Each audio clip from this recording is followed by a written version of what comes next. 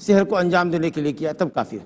حقیقت یہ ہے کہ دونوں قول میں کوئی اختلاف نہیں ہے۔ جو سحر شیطان کے ذریعے کیا جاتا ہے وہ بغیر کفر اور شرک کیے ہوئے وجود میں آ ہی نہیں سکتا، اس لیے اگر سحر کی حقیقت سمجھ لیں تو دونوں قول ایک ہی ہو جاتا ہے۔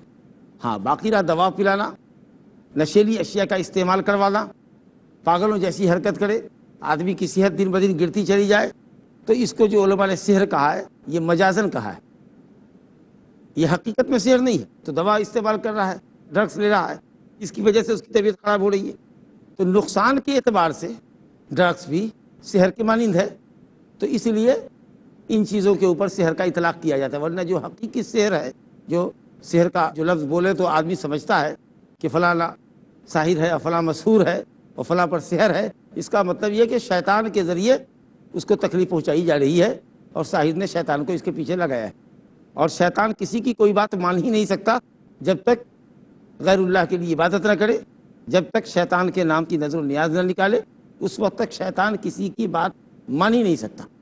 تو اس لیے سحر بغیر شرکیہ عمل کے وجود میں نہیں آتا۔ اس لیے اہل علم نے لکھا ہے، علامہ سلیمان بن عبداللہ رحمہ اللہ علیہ تفسیر العزیز الحمید میں لکھا ہے کہ دونوں قول میں کوئی اختلاف نہیں ہے۔ دواؤں کے ذریعے جو سحر ہوتا ہے وہ مجازن اس پر سحر کا اطلاق ہوا، لیکن جو سحر حقیقی ہے جو عرف عام میں سمجھا جاتا ہے وہ بغیر شیطان کی مدد کے اور کفر و شرک کیے ہوئے انجام پائی ہی نہیں سکتا۔ لہذا راجح قول یہی ہے، یا یہ کہہ لیجئے کہ ائمہ اربعہ کے درمیان اس طریقہ سے اتفاق بن جاتا ہے کہ سحر کفر ہے، شرک ہے۔ اور خود رب العالمین نے فرمایا، آیت نمبر 102 جو سورہ بقرہ کی آیت ہے، اس میں ہاروت اور ماروت کا ذکر آیا ہے۔ ہاروت اور ماروت نے لوگوں کو جو ضد کرتے تھے کہ سحر سکھاؤ تو کہتے تھے انما نحن فتنۃ فلا تکفر، انما نحن فتنۃ فلا تکفر، ہم لوگ تمہارے لیے فتنہ ہے، آزمائش کا ذریعہ ہے، تم ہم سے سحر سیکھ کر کفر نہ کرو، فلا تکفر۔ اور خود اسی آیت میں رب العالمین نے فرمایا وما کفر سلیمان ولکن الشیاطین کفروا، حضرت سلیمان علیہ السلام نے کفر نہیں کیا، یعنی جادو کے زور پر حکومت نہیں کرتے تھے، جیسا کہ شیطانوں نے حضرت سلیمان علیہ السلام کے متعلق یہ مشہور کر رکھا تھا کہ سلیمان علیہ السلام جادو کے زور پر حکومت کرتے، کیونکہ ان کے زمانے میں جادو کا بڑا زور تھا۔ انہوں نے جادو کی کتابیں سیز کروا کر اپنے تخت کے نیچے جہاں وہ بیٹھتے تھے دفن کروا دی تھی۔ شیطان نے بعد میں لوگوں کو بتایا کہ حضرت سلیمان تو جادوگر تھے۔ کہا کیسے؟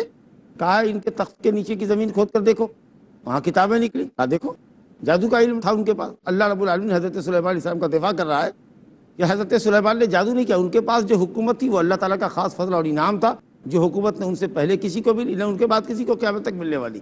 وَلَٰكِنَّ الشَّيَاطِينَ كَفَرُوا، شیاطین نے کفر کیا۔ یہ جادو کا منتر شیاطین نے وضع کیا اور شیاطین نے لوگوں کو سکھایا۔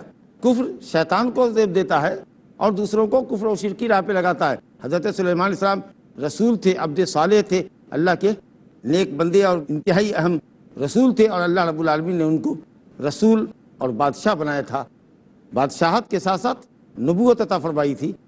انہیں کفر اور شرک سے کیا لینا دینا؟ انبیاء تو شرک کی رد کے لیے اور شرک کے ازالے کے لیے دنیا سے آتے ہیں۔ تو اللہ رب العالمین نے حضرت سلیمان علیہ السلام سے جادو کی نفی کر دی، گویا کفر کی نفی کی ہے۔ جادو کی نفی کی، کفر کی نہیں، کہ حضرت سلیمان نے کفر نہیں کیا، شیطانوں نے کفر کیا، شیطانوں نے جادو کیا۔ تو الحمدللہ ان دلیلوں سے معلوم ہوتا ہے سحر کفر ہے اور شرک ہے۔ اسی طریقے سے اور بھی آیات ہیں، جیسے کہ خود اللہ رب العالمین نے فرمایا اسی سورہ بقرہ کی آیت نمبر 102 میں وَلَقَدْ عَلِمُوا لَمَنِ اشْتَرَاهُ مَا لَهُ فِي الْآخِرَةِ مِنْ خَلَاقٍ۔ یہودیوں کے متعلق یہ بات آئی ہے کہ یہودیوں نے یہ بات جانی تھی، ان کو پتا تھا کہ سحر کفر ہے اور سحر سیکھنا حرام ہے، لیکن دین، ایمان، رسول پر ایمان لانے اور اللہ سبحانہ و تعالیٰ کی کتاب پر ایمان لانے کے حساب پر انہوں نے کفر سیکھا، یعنی دین سے بیگانہ ہوئے، شرعی تعلیم سے بیگانہ ہوئے، اللہ کی کتاب کو پس پوش ڈالا اور سحر کی طرف متوجہ ہوئے۔ یہ جانتے تھے کہ جو سحر خریدتا ہے، جو سحر سیکھتا ہے، ما لہ فی الآخرۃ من خلاق، اس کا آخرت میں کوئی بھی حصہ نہیں ہے، یہ جانتے تھے۔ اور یہ جاننے کے باوجود بھی انہوں نے سحر سیکھا، اور جس کا آخرت میں کوئی حصہ نہ ہو، جس کا آخرت میں کوئی بھی حصہ نہ ہو، وہ کون ہو سکتا ہے؟ کافر ہی ہو سکتا ہے۔ تو خود یہ آیت بتا رہی ہے کہ یہودیوں نے جان بوجھ کر کفر و شرک خریدا۔ اپنی کتاب کے حوالے سے وہ جانتے تھے کہ سحر حرام ہے، اور سحر نہ صرف ان کے یہاں، نہ صرف اسلام میں، بلکہ تمام آسمانی شریعتوں میں حرام رہا۔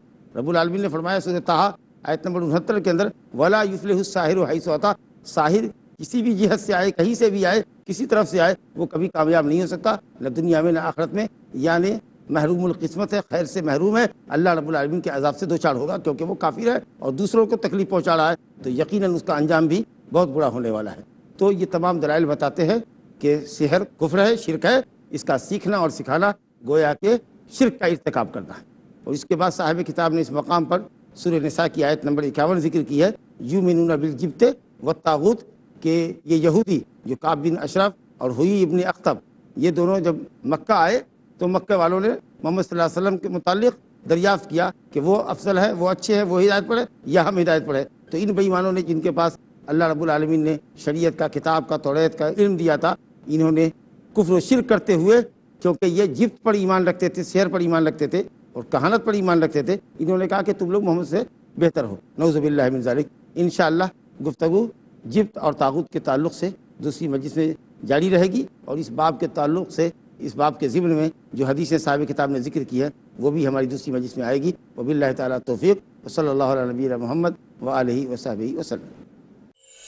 اللہ اللہ یا ربی یا اللہ، اللہ یا ربی یا اللہ، لا إله إلا الله، لا إله إلا الله، لا إله إلا الله، محمد رسول الله، محمد رسول الله،